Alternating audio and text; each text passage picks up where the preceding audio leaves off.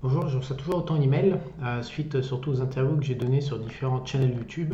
Si vous tapez charte de repère interview, vous pouvez les retrouver toutes réunies. Et donc, du coup, il y a pas mal de gens qui me découvrent et qui me posent des questions sur les pays, qui me contactent via mon blog et qui me posent des questions sur les pays. Et sur l'expatriation, et je m'aperçois qu'il y a vraiment besoin de préciser deux, trois détails concernant cette activité bien spécifique, ce projet de vie bien spécifique qui consiste à quitter son pays de naissance.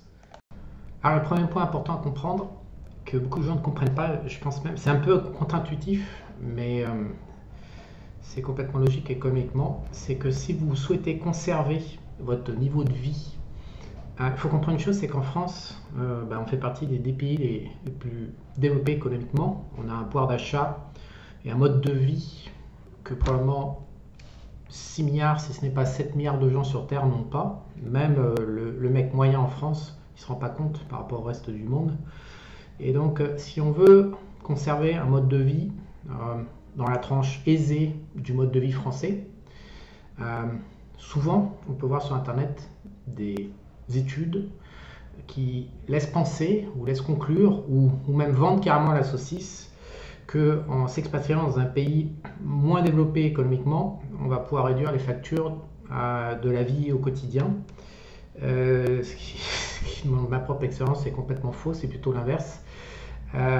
Plus on va s'attacher à conserver un mode de vie, encore une fois, je ne parle pas du mode de vie médian en France, je crois que c'est 1800 euros par mois, mais disons que pour un mode de vie de 3 à 5 000 euros par mois, ce qui correspond au public des cadres, des entrepreneurs, du top 20% français, plus on va s'attacher à vouloir maintenir ce mode de vie dans le reste du monde, plus ça va coûter cher.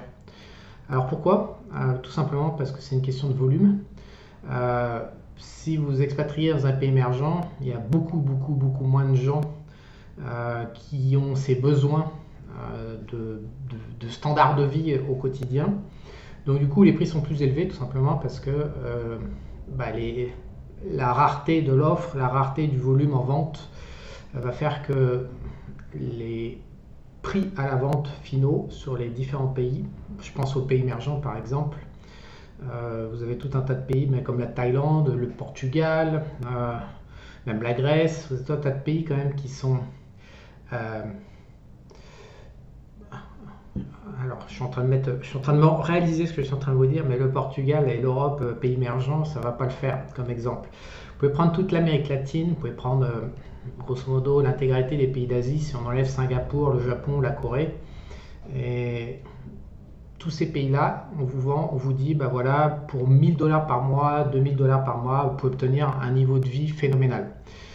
C'est pas vrai parce que si on enlève la partie immobilière, ou alors voiture, souvent, alors les prix des voitures sont souvent inférieurs uniquement à cause des taxes. Par exemple, Panama, il y a 7% de TVA, en France, il y en a 20%, donc vous enlevez déjà 13% à la vente dans le neuf pour une voiture. Évidemment, après, 5 ans plus tard, sur le marché de l'occasion, c'est beaucoup moins cher. Ensuite, il y a des décotes qui vont avoir lieu sur les maisons, sur le prix de l'immobilier, parce que tout simplement, c'est pas le même climat, il n'y a pas les mêmes normes, il n'y a pas le même coût de production. Donc, sur les très très grosses dépenses, et donc ça va se répertorier sur le loyer étant la principale dépense sur un budget de fonctionnement au quotidien. Et évidemment, à la fin, on dit, mec, va dans ce pays, ça va te coûter moins cher. Si on enlève les grosses dépenses, et puis évidemment, dans certains pays, l'essence n'est pas taxée de 100% par exemple, et un certain nombre de produits qui ne sont pas taxés à 100%. Donc si on enlève toutes les bizarreries fiscales européennes qui fait que l'immobilier, la voiture, les déplacements et différentes choses comme la santé qui est sponsorisée, et donc en France, la santé coûte paradoxalement pas très cher par rapport au reste du monde, mais si on enlève toutes ces bizarreries et qu'on garde les dépenses vraiment courantes comme la bouffe, comme je sais pas quoi, comme tout ce qui peut, comme les freins, comme les produits électroménagers, tous ces prix-là, c'est des prix mondiaux qui vont être impactés par les fiscalités locales et qui vont être impactés par le niveau de consommation locale. Donc plus il y a une consommation locale en masse, plus les prix sont faibles, plus il y a une consommation faible locale, plus les prix, les marges et les marchés sont inefficients et les prix sont élevés sur le disponible en marché local. Alors ceci s'est renforcé aussi par la taille de la population du pays dans lequel vous allez vous expatrier. Par exemple, je vis actuellement au Panama où il y a 4 millions de personnes. à 4 millions de personnes avec peut-être 100 ou 200 000 personnes sur un niveau de vie standard international. Ça veut dire que ça fait un tout petit marché. Grosso modo, l'importateur vend quasiment en direct au consommateur final ou ailleurs il y a un seul intermédiaire et les prix sont relativement élevés si ce n'est pas très élevé pour par exemple de la bouffe de qualité internationale. Après, il est toujours possible de bouffer de la production agroalimentaire en local, mais ça, alors ça c'est pas cher, mais si vous voulez réduire votre espérance de vie de 10 ans et puis éventuellement doubler le nombre de kilos qu'il y a sur votre poids de corps, alors je vous invite à consommer la bouffe qui est destinée aux pauvres, pour le coup, aux pauvres 5 ou 6 milliards d'êtres humains sur Terre qui carburent à entre 600 et 800 $ par mois et qui n'ont pas les moyens d'accéder à la bouffe internationale de niveau standard que nous, expatriés occidentaux, avons la chance de pouvoir consommer. Mais si vous voulez maintenir par exemple votre qualité d'alimentation sur un niveau international, en local, dans un pays qui a une petite population, ou alors dans un pays qui a une grande population, mais avec quelque part, il faut savoir que le gros des pays en fait n'ont pas de classe moyenne, on a soit des pauvres ou soit des très riches. Donc il y a une infime classe qui doit représenter entre 1 et 5%, grosso modo il y a la classe dominante qui fait 1%, puis qui sous-traite à des sbires qui représentent 3-4% de la population, les travaux de confiance, et puis il y a 95% des gens qui crèvent la dalle ou qui tirent la langue et qui vivent chichement. Donc grosso modo, si vous n'avez pas un pays qui fait 50, 60, 100 millions d'habitants, de manière à ce que le top 5% soit suffisamment conséquent, la plupart du temps vous tombez sur des marchés qui sont trop faibles pour pouvoir avoir des prix en fait qui soient compétitifs et qui soient moins chers qu'en France, en Europe. La plupart du temps les prix sont plus chers, encore une fois, passé un certain niveau de qualité. Donc c'est vraiment un mauvais calcul à mon avis. Alors je vois plein de vidéos sur le net qui parlent de l'expatriation et qui nous expliquent dans une tendance un peu gaucho-démocrate, mondiale, communiste, voilà, qui nous nivelle par le bas, qui utilise toujours un peu le levier de la culpabilité chrétienne, qui consiste toujours, parce qu'en arrière-plan, il y a toujours cette espèce de sentiment que le mec qui veut ses 3 à 5 000 euros ou dollars de niveau de vie standard, c'est un sale profiteur, parce qu'il a la chance de pouvoir le vivre, mais c'est sale, c'est pas bien, ça pollue la planète. On a toujours une espèce de culpabilisation par rapport au fait de vouloir vivre confortablement. Donc dans tous les argumentaires, en filigrane, en arrière-plan, on retrouve cette espèce d'ambiance un peu nauséabonde. Donc moi, je vous invite à faire attention à ces discours parce qu'il n'y a aucun mal à se faire du bien, à vivre confortablement, surtout si vous avez la chance de pouvoir le faire. Si vous visitez un peu le monde en dehors des hôtels all-in dans lesquels vous passez une semaine, mais si vraiment vous installez pendant plusieurs mois dans différents pays pour sniffer un peu ce que c'est que la vie sur Terre, vous allez voir que vous allez finalement être content d'être né occidental, d'être né en Europe ou aux États-Unis, pour avoir découvert ce que c'était que le confort de vie, même si bien sûr c'est en train de régresser en ce moment vu les politiques qui sont menées en Europe, mais on a quand même une chance inouïe par rapport à cette manière d'être humain. Moi en tout cas c'est quelque chose que j'ai jamais oublié et que je vous invite à jamais oublier, mais c'est pas une raison pour se l'interdire. Enfin je veux dire, les vidéos que je vois circuler, par exemple, je dis mec, reste pauvre, si t'adores être pauvre, reste dans ta pauvreté matérielle et ton non-confort et enjoy, mais arrête de nous faire chier, arrête de vouloir vendre ta sauce. Il existe une autre manière de vivre. Honnêtement, avec un budget de 5 000 euros ou dollars par mois à l'international, on commence à atteindre un niveau de confort qui est sérieux, surtout en pays émergents. Mais les vidéos qui sont destinées à vous faire miroiter des budgets de 1000 ou 1500, alors en France vous avez 1800, 2000, mais avec tous les impôts, vous vous retrouvez grosso modo avec un pouvoir d'achat qui est relativement faible, qui correspond quasiment aux 800 $ des gens pauvres dans les pays émergents, enfin de la classe standard dans les pays émergents à 800 $, à quelque chose près. Alors il y a des différentes choses, mais c'est clair que c'est pas quelque chose que j'ai envie de vous vendre et je vois pas l'intérêt d'offrir ça comme objectif de vie, quoi. Ensuite, il faut savoir que dans les pays émergents, enfin dans le gros du monde, les gens n'ont pas d'épargne, ils ne peuvent pas se capitaliser, c'est ce qui fait qu'ils sont pris dans une spirale de leur premier mois de jeunesse à 18 ans jusqu'à leur mort quasiment pendant 60 ans, ils sont en train de trimer comme des cons parce qu'ils n'ont pas réussi à se capitaliser et le capital est la première porte d'entrée sur la liberté pour pouvoir prendre du recul, agir, choisir en fait. Et donc, qu'est-ce qui se passe quand on n'a pas de capital? Et je le vois, mais chaque semaine ici, au Costa Rica, en Thaïlande, partout. Euh, Dès qu'il y a un pépin médical, par exemple, bah, la famille est mise à contribution, il faut aller emprunter de l'argent à la banque juste pour pouvoir payer les services de santé qui sont pour le coup horriblement chers et qui sont bien plus chers que ce qu'on peut trouver en France. Ça, il faut bien le dire.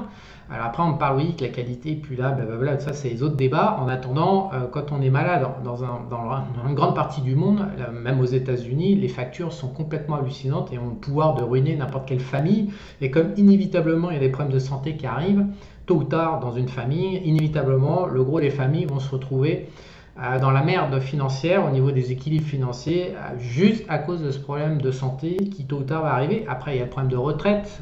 Dans la plupart des pays du monde, il n'y a pas de système de retraite centralisé. Donc, comme les gens ne peuvent pas se capitaliser, puisqu'ils quelque part, ils sont dans un système purement esclavagiste, arrive le moment où ils sont crevés, et ils sont trop fatigués, ils sont trop vieux, et la famille doit également prendre en charge le financement de la bouffe, pour peu qu'ils aient pu hériter ou accumuler un petit terrain avec une cahute dessus. Il reste quand même le fait d'acheter de la bouffe courante. Alors on peut se débrouiller pour faire pousser des choses, mais grosso modo c'est ça, les 7 milliards d'êtres humains sur Terre aujourd'hui, c'est pas fun, quoi. C'est super dur matériellement. Donc en tant qu'occidental, aller se foutre la gueule pour devenir salarié en local dans les 7 milliards, dans les 7 huitièmes du monde, et puis mettre un doigt dans ce système qui est à mon sens pire que celui qui est européen, et faire des vidéos comme ça, je comprends pas en fait. Je comprends pas l'intérêt. Donc s'expatrier, c'est pas ça. Il y a une autre manière de faire qui est quand même plus sympa. Et il faut taper haut. On quitte pas la France pour avoir un système. Alors on est plus libre. Oui, ça c'est vrai. Dans le gros, c'est vrai que l'Europe aujourd'hui et la France avec tous ses règlements, il y a un problème de liberté massif. Mais faut quand même pas enlever. Alors on dit ouais, le fric, Charles, le fric, t'en as jamais assez du fric, t'es tout le temps en train de parler de fric. La survie matérielle dépend du fric, et se lancer dans une opération d'expatriation sans avoir réfléchi aux problèmes financiers, ça se termine généralement très mal pour la moitié au moins des gens qui rentrent sur un échec total du projet d'expatriation. C'est quelque chose de très sérieux. Ensuite, il y a le deuxième point que je vais évoquer, qui est la notion de s'enfuir par rapport au communisme qui avance plutôt rapidement. Je reçois bien évidemment, suite à mes discours sur différentes interviews, je reçois des gens qui ont envie de fuir le système européen, puisque le pire actuellement pour un occidental dans le monde, le pire endroit où vivre actuellement, c'est l'Europe, puisqu'on va vers quelque chose de pas très joli.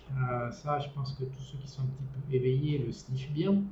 Donc, je reçois pas mal de questions concernant la fuite. Alors, on me dit, et si je me planquais, grosso modo, dans la Creuse, au fin fond de la Creuse, dans la forêt ou dans des zones peu peuplées de France, ou alors si je m'enfuyais de France pour rester en Europe, par exemple dans l'Europe de l'Est, en Roumanie ou en Bulgarie ou en Grèce, donc dans des pays qui semblent un peu moins nocifs que l'Allemagne, la France, l'Angleterre et les expériences actuellement qui sont faites socialement en groupe. C'est quelque chose je ne comprends pas non plus.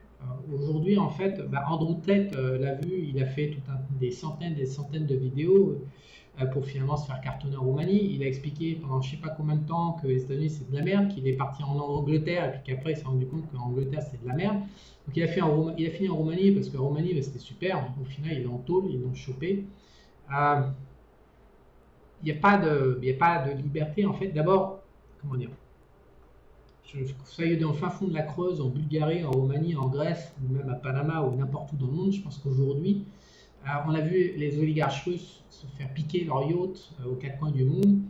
On a vu le Covid imposer une politique, alors que les preuves sortent actuellement dans les études sur les résultats et l'efficacité des vaccins. Je ne commenterai pas parce que sinon cette vidéo va être sucrée. Mais on a vu que les États étaient capables de promouvoir sur 80, 100, 120 pays dans le monde une même politique commune de réaction au Covid. Donc, croire qu'il existe un certain nombre de pays affranchis, oui, il doit exister, hein, il n'y a pas d'extraction avec les États-Unis dans un certain nombre de pays. Je crois que le Liban en fait partie, je ne sais plus lesquels sont, l'Argentine, enfin il y a un certain nombre de pays comme ça, oui, mais on a quand même vu que il y a une cohérence désormais mondiale, que la notion de souveraineté, Massominos, elle est quand même en régression massive. En régression massive, ça c'est clair. Il y a quasiment pas de... Maintenant, les pays sont en train de se regrouper au minimum sous des grands ensembles comme l'Europe. On va probablement avoir un commandant en chef suprême régionalisé. Il va y avoir l'Asie, il va y avoir l'Amérique latine, l'Afrique, l'Europe, les Nord-Américains. Mais grosso modo, la notion de pays, c'est plus ce que c'était. Le nationalisme, en fait, le but, je pense, c'est d'établir un pouvoir mondial centralisé sous l'égide de l'ONU, du WHO, de la Banque mondiale qui regroupe toutes les banques centrales, etc., tous ces organismes. On va vers une absence ou une fin du concept de pays. Donc, s'expatrier en fonction d'un pays, on dit ah, Charles, tu m'accompagnes pour que je choisisse mon pays, le pays qui va correspondre à mes besoins. Ça, c'est un truc qui me laisse perplexe. Après, il y a un deuxième truc qui me laisse encore plus perplexe, c'est qu'on s'expatrie par rapport à soi, c'est-à-dire par rapport à un projet de vie. Donc je comprends bien que quand on ne se connaît pas à titre individuel, on n'a pas réfléchi sur l'identité, donc l'identité du pays c'est une étiquette mais elle est importante, la culture, la religion, le pognon, le machin, le statut social. Mais l'expatriation, c'est bien de pouvoir se mentir comme ça, un environnement sécurisé comme l'Europe, c'est cool, mais à partir du moment où on sort de l'univers occidental, c'est-à-dire, encore une fois, les 7/8e de la planète, les statuts sont différents, les logiques de pays sont différentes, les religions sont différentes, les gens sont différents, les cultures sont différentes, il n'y a plus rien qui correspond. Donc en fait, pour moi, un projet d'expatriation, il doit se concevoir en déterminant qui on est, en déterminant son identité et en déterminant ses besoins. C'était tout l'objet de mon programme phare expatriation qui s'appelle les 3 S. Et c'est l'objet, je ne sais plus, il y a 20 ou 30 vidéos, et les 10 premières, c'est à chaque fois une vidéo d'1 heure pour aborder les 7 ou 8 ou 10 points clés qui définissent l'identité d'un être humain et les besoins. Et après, on me demande aussi, ouais, il faut des règles, qu'est-ce qui marche pas. Ben, chacun est unique, donc chacun a des besoins uniques. Donc, moi, la seule chose que je peux m'engager, c'est apporter une réflexion autour de qui on est dans le cadre d'une expatriation. Donc, qu'est-ce que l'expatriation révèle? Qu'est-ce que l'expatriation exige comme facette, ou qu'est-ce qu'elle fait appel en fait en nous pour que ça marche ou pour que ça marche pas. Mais après, il faut que vous soyez autonome et que vous puissiez faire la connaissance de vous-même et comprendre où est-ce que vous vous situez sur l'échelle des possibles, parce que c'est pas besoin de moi pour comprendre que le voisin il pense complètement différent de vous, il n'aime pas les gonzesses et machin et trucs et bidule. Donc il est utile, il n'est pas utile, il est obligatoire et crucial de mener une réflexion sur qui on est par rapport au cadre d'une vie internationale. Quels sont les besoins qu'on va couvrir, qu'on ne peut pas couvrir en France? Qu'est-ce qu'on a vraiment besoin?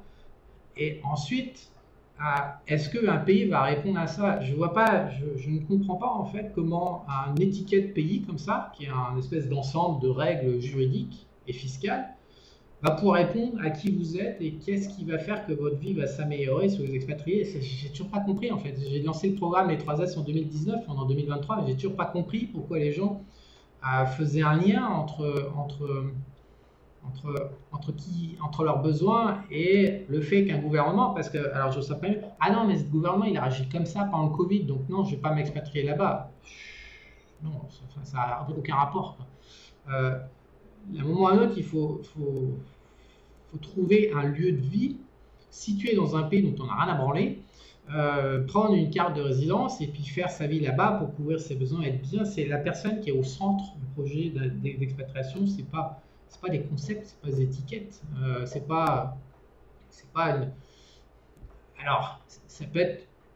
Il y a 15 milliards de critères en fait qui sont importants. Pour moi, par exemple, le patrimoine, j'étais en Thaïlande, je ne pouvais pas avoir accès à mon patrimoine et rentrer dans le pays. J'estimais que c'était trop dangereux au niveau de risque que la Thaïlande m'offrait. Alors j'adore ce pays, on me dit ouais, tu t'es barré de Thaïlande, mais pourquoi tu as abandonné ce pays? C'était pas bien, tout, dis-nous. Ben, je me suis barré de Thaïlande pour 2-3 raisons. D'abord, j'ai un petit peu trop piné, il fallait que je m'arrête, parce qu'au bout de 10 ans là-bas, c'était devenu un peu... ça avait perdu un peu de son charme, et puis ensuite j'avais quand même un patrimoine de plusieurs millions d'euros, enfin de dollars à l'extérieur du pays que je ne pouvais pas rentrer, je ne pouvais pas en profiter. Au bout d'un moment on se lève un matin puis on se dit mais j'aime gagner du fric, ça c'est clair, c'est un dada, c'est c'est une activité pour moi de détente. Gagner du fric, c'est ce qui est le plus marrant, je trouve. Je n'aime pas le golf, il y a tout un tas de trucs de sport, d'activités qui ne me plaisent pas, mais gagner du fric, ça me plaît, c'est un hobby en fait. Donc, à partir du moment où on gagne du fric et qu'on le stocke à l'extérieur du pays dans lequel on réside, j'adore la Thaïlande, mais on ne peut pas le rentrer parce qu'il y a beaucoup trop de risques, que le système juridique et la structure de la Thaïlande n'ont sens. Après, il y a des gens qui pensent différemment parce qu'ils font des schémas, des trucs, des machins. On va voir ce que ça donne sur le long terme. Mais voilà, la structure de la Thaïlande, même comme on n'est pas au niveau juridique et fiscal, il faut quand même comprendre aussi une chose, c'est que je vais terminer sur la Thaïlande, puis après on va revenir sur Andrew Tate. Donc, du coup, moi, je voulais accéder à mon patrimoine, donc j'ai cherché un autre compromis dans le monde qui me permette d'utiliser quelques millions d'euros pour faire une vie autre, plus vaste que tout louer. En Thaïlande, on ne pouvait pas acheter, par exemple, un scooter, on n'a même pas le droit d'acheter une motorack. Un scooter, c'est interdit. On n'a pas le droit de posséder, il faut mettre le nom de sa copine. Donc, en fait, tout le système thaïlandais est conçu pour qu'on mette ça au nom des femmes. Et puis après, je vous laisse deviner ce qui se passe pour des dizaines de milliers d'expatriés depuis 20 ou 30 ans. Les femmes, c'est quand même un produit très volatile à la base. Donc, j'ai quitté la Thaïlande pour des raisons patrimoniales et d'outils. Tout simplement aussi, j'avais un peu atteint les limites du sport local qui consistait à goûter les joies de la production locale de femmes, voilà, parce que c'est quand même, les Thaïlandaises sont quand même assez uniques sur la marketplace mondiale. Elles sont très très accessibles, et je ne parle même pas de se taper des tapins dans les gogo bars. Il y a toute une frange de la population qui a envie de s'ouvrir sur le monde en fait. Et donc les relations interraciales en Thaïlande sont extrêmement fréquentes, je trouve, et avec toute l'Asie, il y a énormément de gens énormément de Thaïlandaises qui sont des Japonais, des Coréens, des Chinois, et puis avec le reste du monde. Bref, donc il me fallait prendre un peu de l'air. Après, je voudrais revenir sur Andrew Tate. Paradoxalement, je trouve que les pays qui sont proposés dans les listes où on nous dit ça va coûter moins cher, comment dire, parce que le niveau de vie est inférieur. Alors non seulement le niveau de vie international coûte plus cher la plupart du temps dans ces pays-là, mais en plus, quand les gens coûtent moins cher, il y a un danger pour moi qui est assez important, qui consiste à ce que la corruption ne coûte rien. À partir du moment où on vit dans un pays, au Venezuela par exemple, où je pars demain, le flic local gagne $50 par mois. Voilà, j'ai embauché un flic qui a travaillé pour moi. C'est dangereux parce que la police et l'armée deviennent, mais comme en Thaïlande, comme dans de nombreux pays, la police et l'armée se financent intégralement des opérations de corruption. Là où je vis actuellement, où je suis au moment où je parle, je connais le moyen d'acheter le big boss de la police de la ville où je me trouve, et c'est pas très très très cher. Et après, le problème de tout ça derrière cette corruption, c'est que d'autres personnes mal intentionnées accèdent également à ces ressources, et à partir du moment où il y a des conflits, à partir du moment où on développe des business en local, à partir du moment où on se retrouve à faire de l'ombre ou à générer de la tension, et qu'on a en face de soi non pas un débile mental, mais quelqu'un qui est au niveau où je vous raconte dans cette vidéo, évidemment, cette personne-là aura aussi acheté un flic, ou plus, un juge, ou tout, parce que tout est à vendre dans les pays du monde entier, même en France, tout est à vendre, dans toute l'Europe, partout, il n'y a pas de justice en fait sur cette planète, c'est la justice du mec qui bide le plus cher. Donc, quand c'est un jeu de gros poissons, comme en Europe, avec acheter des juges, ou des enquêtes, etc., que ça coûte des centaines ou des millions d'euros, ça va, parce que quand on est un petit, même avec 1 million, 2 millions, 3 millions de patrimoine, on va jamais faire chier les gros, parce que les mecs, ils jouent avec des jeux à 100 millions, 500 millions, 1 milliard. Donc en fait, au final, on est rarement emmerdé. Paradoxalement, on est plus en sécurité qu'un système judiciaire basé sur la corruption pour les riches. Mais dans des pays émergents où tout le monde peut s'acheter un flic, un machin, en Thaïlande, il y a 1000 chefs d'entreprise qui sont dans les prisons parce que ils ont été cherchés avec un kilo de cocaïne, le mec à 6h du mat, parce que soit il avait livré, il servait plus à rien, soit c'est un concurrent de taille qui a envie de dégager son concurrent étranger, etc. Il y a quand même 1 millier de mecs qui sont en tôle avec ça. qui n'ont rien fait de mal. Le problème de pays comme Venezuela, Panama, Costa Rica, ça c'est des pays que je connais, mais grosso modo, toute l'Amérique latine fonctionne à puissance 10, ce que je suis en train de vous dire. L'Afrique, j'en parle même pas. Et quant à l'Asie, tous ceux qui sont en Asie savent très bien que le jeu est complètement vicié de A à Z. Le souci, c'est que si tout le monde peut le faire, on se retrouve à la merci d'un acte malveillant qui peut se terminer vraiment très très très très mal, massivement avec des énormes dégâts.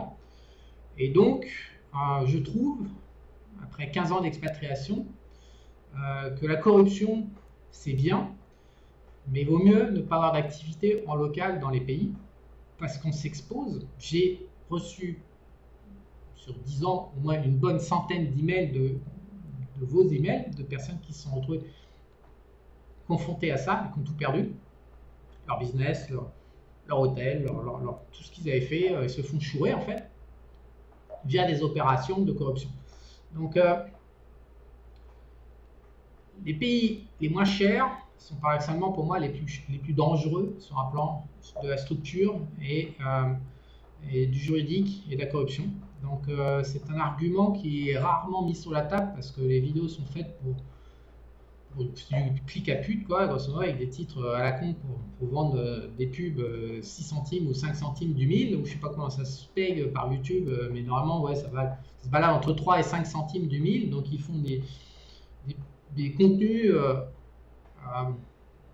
comment dire, avec une forte promesse qui font rêver, genre, gars, si tu gagnes 2000 en France, tu crèves la dalle, mais si tu vas dans ce pays-là, tu paieras plus que 1000, et voilà, c'est pas vrai.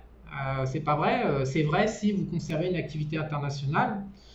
Si vous partez aux expatriés dans une activité locale, moi je trouve que c'est dangereux, quoi. Alors soit vous êtes salarié et vous vous retrouvez enfermé, comme je vous ai dit, dans un système esclavagiste, soit vous êtes indépendant et vous, tôt ou tard, vous allez vous retrouver face à des concurrents locaux qui ne vont pas aimer que vous soyez meilleur qu'eux, qui vont estimer que vous bouffez leur gâteau à eux, qui sont eux des nationaux, ils sont nés dans ce pays-là, et donc, tôt ou tard, des opérations de corruption vont être menées qui vont se retourner contre vous. Donc, moi, je suis dubitatif sur le réalisme de ces vidéos. Je vous invite à réfléchir sur la corruption, sur vos besoins en tant que personne, et non pas choisir une étiquette pays, mais choisir bien le mode de vie qui vous fait rêver, et non pas le pays en question.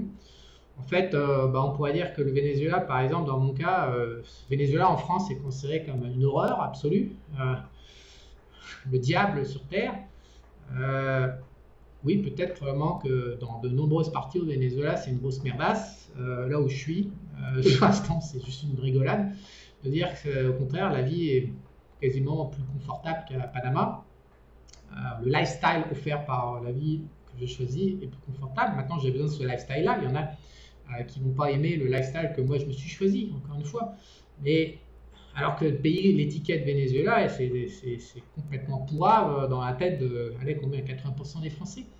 Et aussi définir si vous voulez vous adapter en fait au niveau de vie local, donc mondial, ou alors si vous voulez conserver la chance que vous avez, qui a consisté à naître occidental et d'avoir eu accès à un niveau de vie largement supérieur au 7/8e de la planète mondiale. Et donc si vous faites ça, à un moment ou à un autre, il faut réfléchir au financement parce que ça sera plus compliqué. Moi, par exemple, à Panama, pour donner une idée, j'importe 30 à 40% d'Amazon US pour maintenir mon confort de vie, tout simplement parce que j'ai compris que comme c'est un petit pays, 40%, de 4 millions d'habitants, les importations, le mec c'est simple, il va acheter sur Amazon, il importe, il se met une marge de 30%, il me le propose en local, avec la prise en compte de tous les frais d'importation. Alors des fois il importe en plus grand nombre que moi, mais en fait je me suis aperçu que grosso modo, acheter sur Amazon US et faire le même boulot qu'il a fait, ça me coûtait la plupart du temps moins cher. Aujourd'hui, 30 à 40% de mes consommations diverses et variées viennent d'Amazon US et arrivent dans ma box à Miami qui transfère ça à Panama. Voilà, donc c'est pour vous dire à quel point finalement je me retrouve à moitié américanisé parce que plus d'un tiers des marques que je consomme, c'est des marques américaines pures. Donc tout ça pour dire que en fait, votre niveau de vie, ce à quoi vous tenez, votre confort, votre niveau de confort auquel vous tenez, il va falloir y réfléchir à deux fois plutôt que se prendre des classements débiles avec des dépenses courantes, les paniers de la ménagère. C'est pas les mêmes marques, c'est pas la même qualité qui est vendue en local, tout est différent et je pense qu'il y a pas mal de mensonges là-dedans. Voilà ce que je vais vous dire sur l'expatriation.